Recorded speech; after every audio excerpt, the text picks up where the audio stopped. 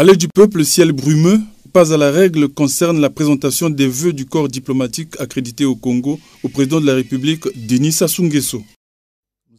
À la clé, quelques dispositions protocolaires pour donner à l'événement son pesant d'or. Ici, la doyenne du corps diplomatique, Madame Marie-Charlotte Fayanga, annonce les couleurs. Elle prend la parole au nom des chefs de missions diplomatiques et consulaires, sans oublier les organisations internationales qui prennent part à la cérémonie. Elle formule, loin s'en faut, les vœux les plus chaleureux d'une bonne année 2014.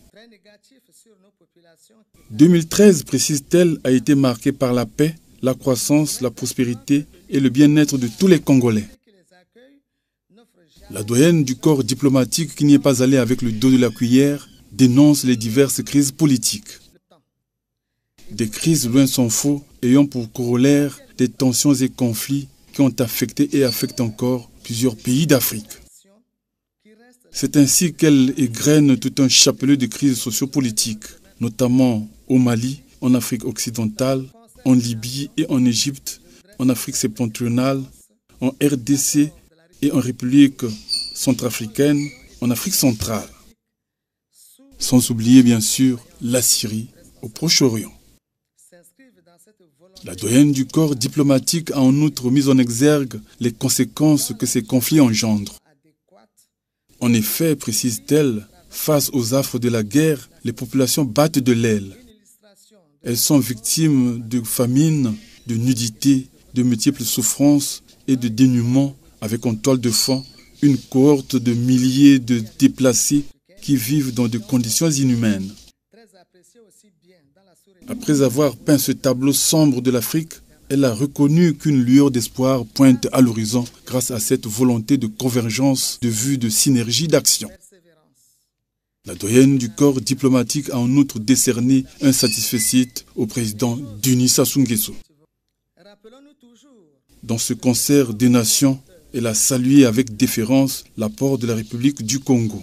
Selon elle, l'action et les efforts diplomatiques sous la houlette et clairvoyante responsabilité du président Denis Sassou Nguesso s'inscrivent dans cette volonté de promouvoir la concertation et le dialogue, la recherche de solutions adéquates aux défis que traverse le monde et la sous-région. De la médiation conduite avec patience et persévérance par le président Denis Sassou Nguesso, en appui avec ses homologues d'Afrique centrale, rien n'a été laissé au hasard. Elle a aussi salué l'engagement du président Denis Sassou Nguesso lors du sommet France-Afrique du 6 et 7 décembre 2013 à l'Élysée en France sur la paix et la sécurité en Afrique. Du développement du Congo en passant par la volonté de lutter contre la pauvreté et l'hommage rendu à Mandela, rien n'a été oublié. Réponse du berger à la bergère, le président Denis Sassou Nguesso a souligné que le désir le plus ardent est que la nouvelle offre un monde de paix, de sécurité et d'espérance.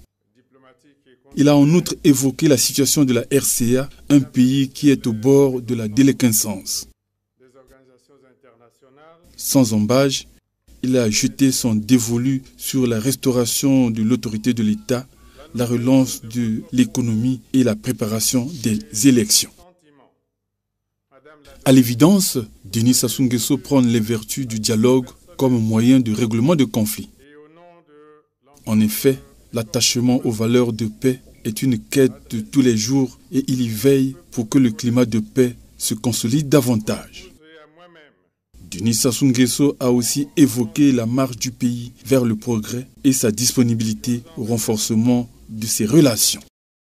La République centrafricaine, qui connaît une situation grave, avec des milliers de morts, de blessés, de déplacés et de destruction matérielle. Au-delà de l'urgence sécuritaire et humanitaire, il faut apporter à ce pays meurtri toutes les ressources nécessaires à la restauration de l'autorité de l'État, au fonctionnement de son administration, à la relance de l'économie et à la préparation des élections. Le 6 janvier 2014 restera une date mémorable pour le Congo, dont le destin croise celui de la coopération avec le corps diplomatique accrédité au Congo.